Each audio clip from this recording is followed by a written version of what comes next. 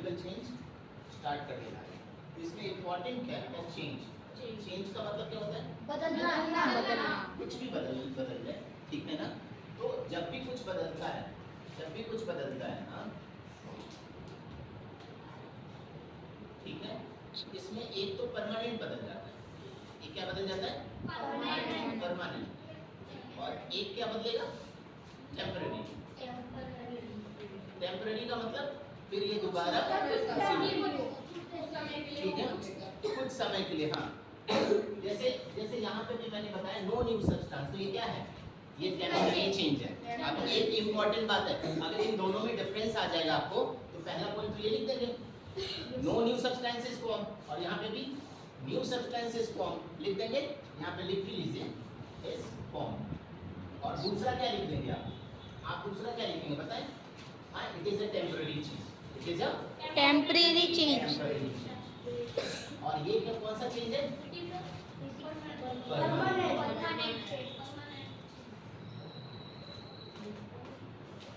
तो अब इसकी बात, तीसरी बात क्या है कि इसकी प्रॉपर्टीज परमानेंटली चेंज हो जाती है। परमानेंट क्या होती है, इसकी प्रॉपर्टीज। अब अगर एग्जांपल लोगे, एग्जांपल क्या हो गया, वाटर टू, ऐसे लिखो, ice to water, water to vapour. आप उसके बाद देखो, vapour to water, water to, हाँ, तो ये किस तरह का चेंज आपको दिख रहा है, वन डायरेक्शन या टू डायरेक्शन, डायरेक्शन नहीं है, forward direction and backward direction, forward direction and backward direction. ऐसा चेंज होगा तो क्या होगा, ये रिवर्सिबल चेंज। क्या है, रिवर्सिबल चेंज। अब इसमें देख लीजिए, आप, जैसे फॉर एन एग्जांपल Mg क्या होता है, मैग्नीशियम, बहुत अच्छा। और इसको कंबसन कर रहे हैं, कंबसन का मतलब होता है ऑक्सीजन, इससे तो ये क्या बन जाएगा, MgO, तो अब MgO से ये क्या बन गया, न्यू सब्सटेंस।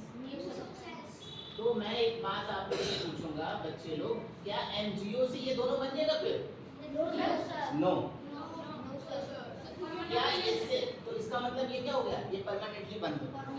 आप 10th की क्लास में, मैंने 10th में बताया भी है वीडियो में, ऐसा होता है मैग्नीशियम रिबन व्हाइट, ये स्पार्कलिंग रहेगा। इसको जैसे ही यहाँ पे मोमबत्ती लाओगे और इसको जलाओगे, तो ये जल के क्या हो जाएगा, ये क्या बन जाता है, ऐसा बन जाता है पाउडर के फॉर्म में। क्या बन जाएगा, पाउडर के फॉर्म में। और कैसा पाउडर होगा, व्हाइट पाउडर। क्या हो जाएगा, व्हाइट। और ये जब जलेगा तो कैसा दिखाएगा, डैzzling फ्लेम। कैसा दिखाएगा, डैzzling फ्लेम्स।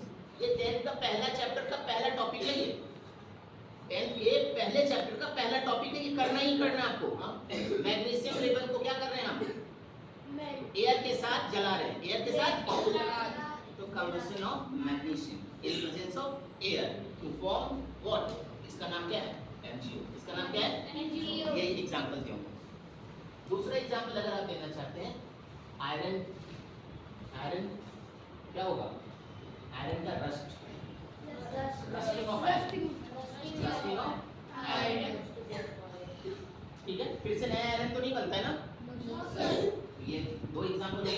रिवर्सिबल चेंज, तो ये कैसा होगा, इररिवर्सिबल चेंज। तो ये याद रहेगा, no new substance, new substance, temporary change, permanent change, ice to water, water to vapour, Mg plus O2, MgO, reversible change, irreversible. Rusting of iron तुमसे कोई पूछ दे, कोई पूछेगा, खाना बनाते हो घर में, तो खाना जो बनाते हो वो कैसा चेंज है,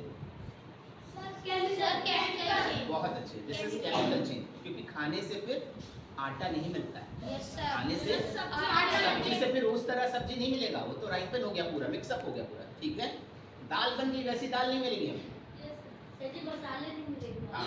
तो इस तरह आप देख लेंगे कि ऐसे आप अध्ययन करेंगे ना, मतलब पार्ट ब्रेक करके अध्ययन करेंगे, तो आपको बिल्कुल क्लियर समझ में आएगा, ठीक है।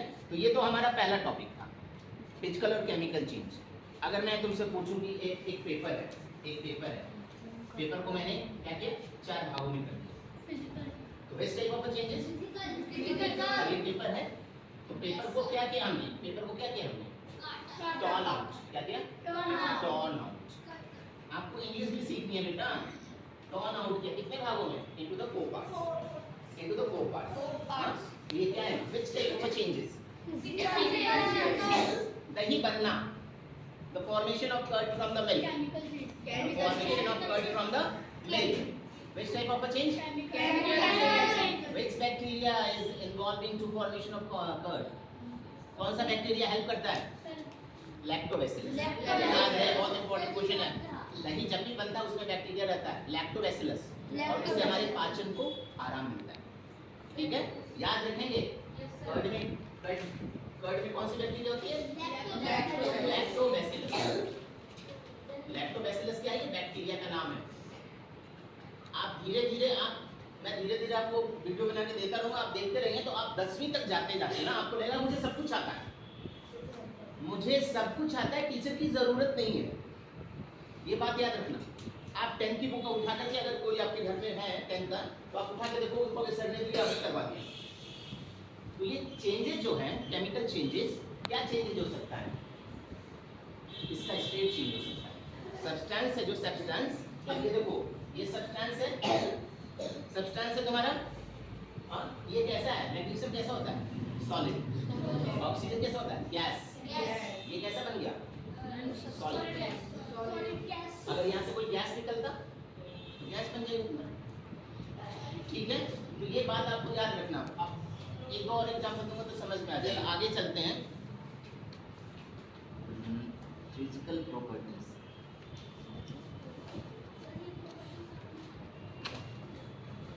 केमिकल चेंज हो गया।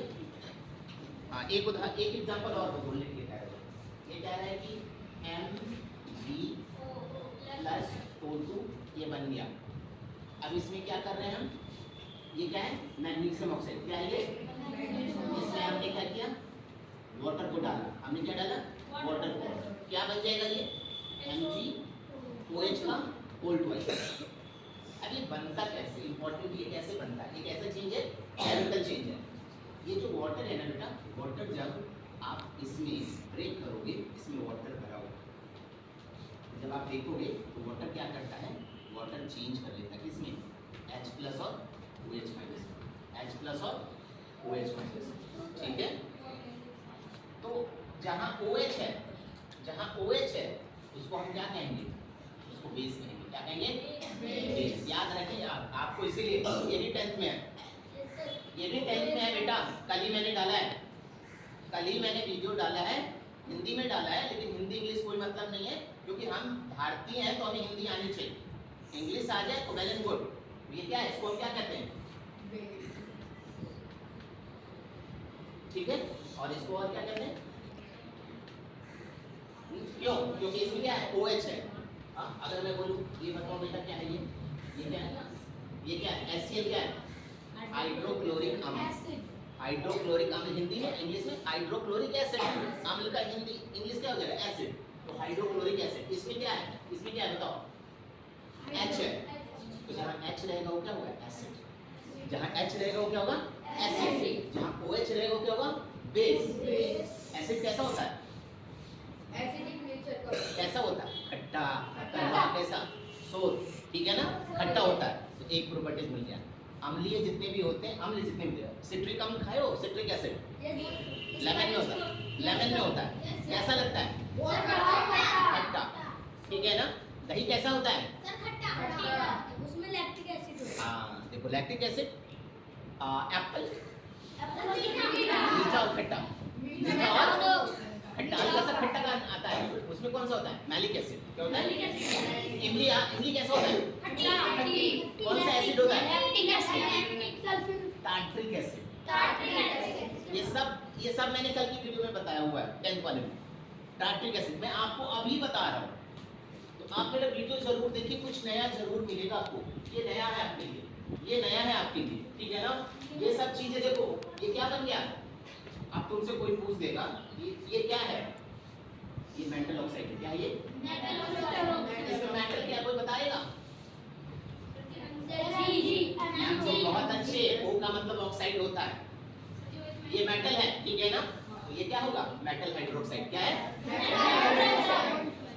इसका नेचर क्या है? बेसिक। इसका नेचर क्या है? बेसिक। हाँ, ये कैसा लगेगा? बहुत अच्छे। आपने देखा एसिड और बेस के बारे में भी एक एक पॉइंट सीख लिया। 2 पॉइंट सिखा दिया। एसिड कैसा होता है? सोर in nature. Base is a bitter in nature. Acid में H+ होता है और बेस में OH- होता है। आगे धीरे धीरे जैसे सीखोगे समझ में आने लगेगा। अभी बस इतना जानना जरूरी है, ठीक है? आगे चलते हैं हम लोग, अगले एग्जाम्पल पे चलते हैं। विनेगर, विनेगर कोई देखा है? कहाँ देखे हो? ठीक है ना? कहाँ देखे हो? किसमें? चाउमीन। और वो क्या होता है?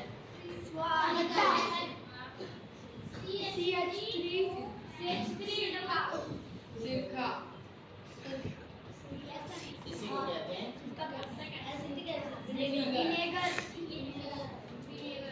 तो आपसे पूछा जा सकता है कि विनेगर, विनेगर इज एसिड और बेस। तो एसिड क्यों? It is a sour in nature, ठीक है? सोर इन नेचर, सावर नहीं मतलब सोर इन नेचर। इसमें देखो H है ना, H है। हाँ, ये क्या है? ये नहीं बेटा, हाँ, ये एसिडिक एसिड है, ये वीक एसिड है। क्या है ये? वीक एसिड का मतलब समझते हो? एसिड 2 तरह के, हाँ, पावर, एक वीक मैन, स्ट्रॉन्ग मैन। ये एसिड है लेकिन वीक एसिड है, ठीक है? ये याद रखना। हाँ, जैसे HCl, H2SO4, HNO3, ये सब क्या है? स्ट्रॉन्ग एसिड है। क्या है? Strong acid. तो आपने देखा। अब इसमें आपसे क्वेश्चन क्या पूछता है? हाँ?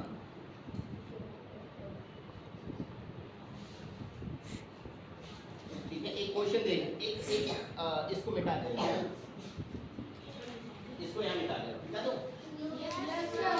बेटा देख लेना, वीडियो देख लेना, समझना ज्यादा इंपॉर्टेंट है। हाँ, अब एक चीज बोल रहा हूँ मैं, क्या ले रहा हूँ? Copper sulphate. क्या ले रहा हूँ? Copper sulphate. ये समझ लेना, बहुत इंपॉर्टेंट है बेटा। कॉपर सल्फेट, इसका फॉर्मूला होता है CuSO4। अब ये कॉपर सल्फेट कैसा है? ऐसा है, ये ब्लू। क्या है? ब्लू। इसका कलर क्या होता है? कॉपर सल्फेट का कलर क्या होता है? कॉपर सल्फेट सॉल्यूशन, ठीक है? का क्या होता है? रंग ब्लू होता है। हाँ, अब इसमें हमने क्या डाल दिया?